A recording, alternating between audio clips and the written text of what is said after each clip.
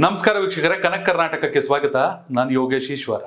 ವೀಕ್ಷಕರೇ, ರಾಜ್ಯದಲ್ಲಿ ಕಾಂಗ್ರೆಸ್ ಸರ್ಕಾರ 2 ವರ್ಷವನ್ನು ಪೂರೈಸಿದೆ. ಇನ್ನು 3 ವರ್ಷ ಇರುವಾಗಲೇ ಅದಾಗಲೇ ಮುಖ್ಯಮಂತ್ರಿ ಬದಲಾವಣೆ ಚರ್ಚೆ ಜೋರಾಗಿ ನಡೀತಾ ಇದೆ. ಡಿ.ಕೆ. ಶಿವಕುಮಾರ್ ಅವರು ಆಕ್ಟಿವ್ ಆಗಿರೋದನ್ನ ನೋಡಿದ್ರೆ ನವೆಂಬರ್ ತಿಂಗಳಲ್ಲಿ ರಾಜ್ಯ ಸರ್ಕಾರದಲ್ಲಿ ಏನೋ ವ್ಯತ್ಯಾಸ ಆಗುತ್ತೆ.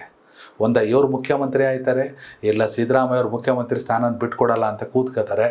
ಇದು ಕೇವಲ ಅವರಿಬ್ಬರ ಅಷ್ಟೇ ಅಲ್ಲ, ಅವರ ಬೆಂಬಲಿಗರ ನಡುವಿನ ಯುದ್ಧಕ್ಕೂ ಕಾರಣ ಆಗಬಹುದು.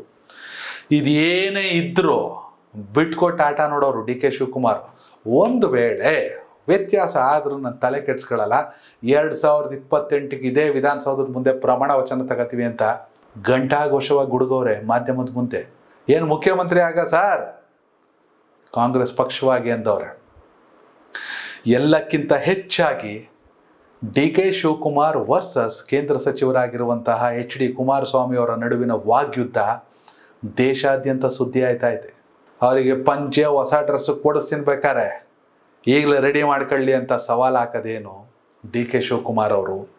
ಕಾಂಗ್ರೆಸ್ ಅವ್ರ ಹತ್ರ ಬಟ್ಟೆ ಕೊಡಿಸ್ಕೊಳ್ಳೋ ದರಿದ್ರ ನಮಗೆ ಬಂದಿಲ್ಲ ಅಂತ ಪ್ರತ್ಯುತ್ತರ ಕೊಡೋದೇನು ಕುಮಾರಸ್ವಾಮಿ ಅವರು.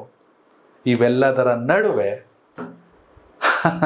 ಅವರೇನು ಅಧಿಕಾರಕ್ಕೆ ತಗೊಂಡ್ರೆ ತಾನೆ, ಪ್ರಮಾಣ ವಚನಕ್ಕೆ ಬಂದರೆ ತಾನೆ ಡಿ.ಕೆ. ಶಿವಕುಮಾರ್ ಅವ್ರ ಕಾನ್ಫಿಡೆನ್ಸ್ನ ಮೆಚ್ಚಬೇಕ್ರಿ.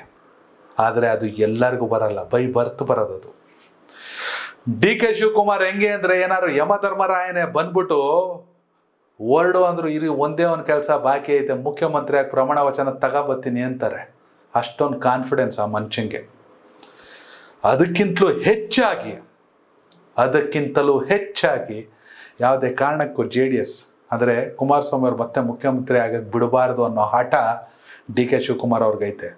ಎಲ್ಲರಿಗೂ ಮಂಡ್ಯ ಲೋಕಸಭಾ ಚುನಾವಣೆ ನೆನಪಿರ್ಬೋದು, ನಿಖಿಲ್ ವರ್ಸಸ್ ಸುಮಲತಾ. ಡಿ.ಕೆ. ಶಿವಕುಮಾರ್ ಅವರು ಎಚ್.ಡಿ. ಕುಮಾರಸ್ವಾಮಿ ಅವರು ಏನು ಜೊತೆಯಲ್ಲಿ ಪ್ರಚಾರ ಮಾಡಿದ್ದು, ಅದು ಹೆಂಗೆ ರಾಜಕೀಯವಾಗಿ ಇಷ್ಟು ದೊಡ್ಡ ಶತ್ರುಗಳಾಗ್ಬಿಟ್ರೋ ಗೊತ್ತಿಲ್ಲ. ಯಾಕಂದ್ರೆ ರಾಜಕೀಯದಲ್ಲಿ ಅಂತಾರೆ ಯಾರು ಶತ್ರುಗಳು ಅಲ್ಲ, ಯಾರು ಮಿತ್ರರು ಅಲ್ಲ ಅಂತ. ಡಿ.ಕೆ. ಶಿವಕುಮಾರ್ ಅವರ ಫೋರ್ಸನ್ನು ನೋಡಿದ್ರೆ ಅವರನ್ನು ತಡೆಯೋದು, ಅವ್ರನ್ನ ಕಟ್ಟಿ ಹಾಕೋದಷ್ಟು ಈಸಿ ಅಲ್ಲ.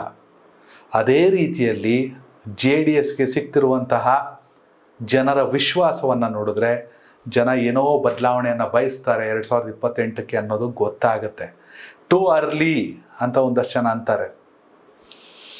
ಮುಂದೆ ನಡೆಯುವಂಥ ಚುನಾವಣೆ ಕೊನೆಯ 6 ತಿಂಗಳಲ್ಲಿ, ಕೊನೆಯ 3 ತಿಂಗಳಲ್ಲಿ, ಕೊನೆಯ 2 ದಿನಗಳಲ್ಲಿ ಹಣ ಬಲದಿಂದಲೋ ಮತ್ಯಾವುದೋ ಬಲದಿಂದಲೋ ಗೆಲ್ಲೋ ಚುನಾವಣೆ ಕಾಣಿಸ್ತಾ ಇಲ್ಲ.